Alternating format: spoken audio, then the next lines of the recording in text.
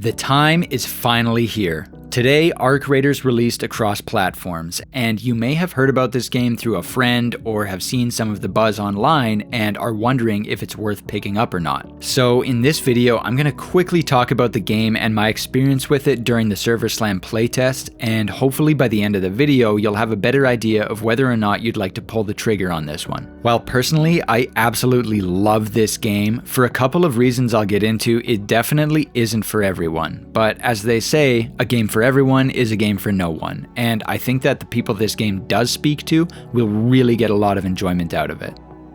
So what is Arc Raiders? Arc Raiders is a third-person PvPvE extraction shooter. What that means is every match you'll be loading into a map either alone or with up to 2 other friends, and you'll need to scavenge the surface for crafting materials, sellable items, weapons, and so on. All while doing your best to survive the AI robotic enemies as well as other players. Before the match ends, you need to reach an extraction point and get out in order to secure your loot. And once you're back underground, you can spend skill points, purchase or craft items, and build your loadout for your next run. So right out of the gate, if you aren't a fan of third-person shooters, this game probably isn't going to be for you.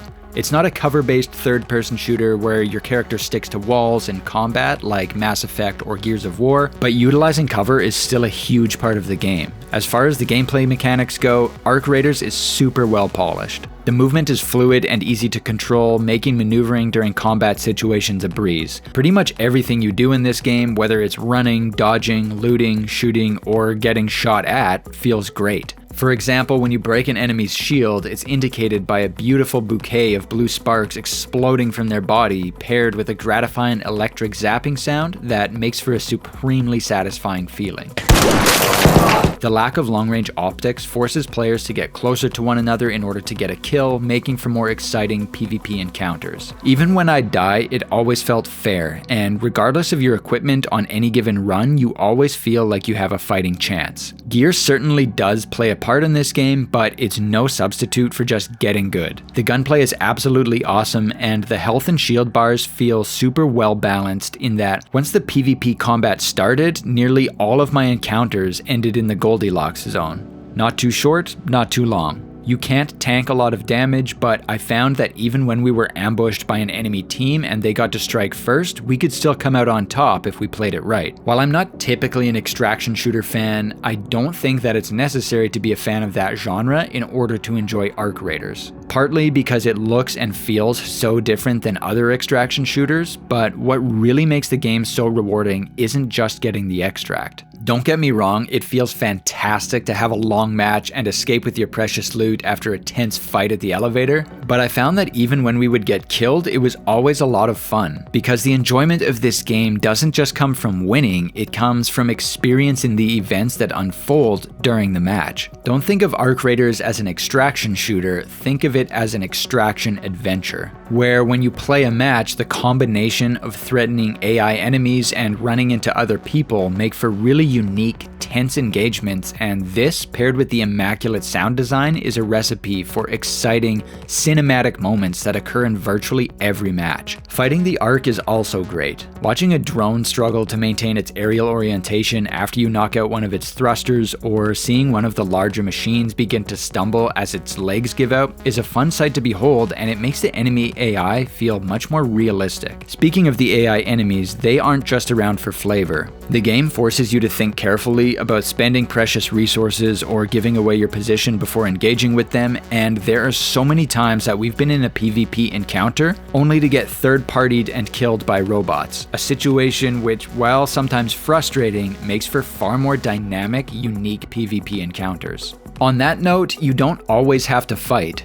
While this game certainly rewards good team communication and working together to win firefights, it gives you the freedom to play however you'd like. You can sneak around cautiously, getting in and out without anyone even knowing you were there, or you can push every sound of gunfire you hear in hopes of finding another team of players to engage with. Speaking of the sound of gunfire, the sound design of Arc Raiders is a definitive standout. Ambient sounds of the map are punctuated by distant gunshots echoing from walls or cliff faces. Firearms and throwables all have their own satisfying effects, and the Arc themselves all have creative yet believable design choices.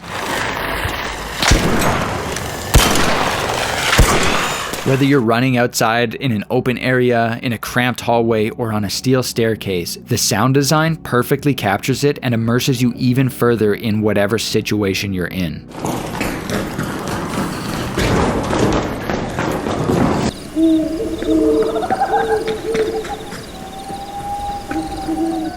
The inventory management and menu system can feel a little overwhelming at first, but I got comfortable and understood it a lot more quickly than I expected to. It is, however, a little clunky to navigate, and I imagine that if you're playing on console, it would be pretty annoying to use on a controller. The art design of this game is something that's a little polarizing. Personally, I think it's done extremely well, but this is a subjective thing, and you'll have to decide that for yourself. The character design is pretty simple, but the weapons and armor look unique to the world and feel like they fit in the environment. And whether it's early morning mist floating above the ground or a moonlit night, this game is constantly pretty to look at. While the extraction shooter formula isn't anything new, all of the elements of Arc Raiders come together to create a special vibe and a world that makes for a game that truly feels like a breath of fresh air. If you enjoy third-person shooters and don't hate extraction shooters, I can definitely feel safe recommending this game. I did have a lot more fun playing with friends than I did solo, but I don't think that's because the game is bad playing on your own. I just personally get the most fun in shooters when I'm strategizing on comms with my friends and we're coordinating how to outmaneuver an enemy team during a firefight. Whereas playing solo feels more rewarding with a slower, more relaxed, and cautious playstyle, which is still a great change of pace. So if you're a gamer who prefers to play solo, I do still think you could get a lot of fun out of Arc Raiders. Anyways, that's my brief summary of the game. If you made it this far in the video, I just want to say a big thank you for watching. This channel is brand new and I'm still learning how to do this, but I'll be making many more videos, so they're going to be getting better and better. So be sure to like and subscribe if you did enjoy this one. Take care, everybody. Good luck and have fun.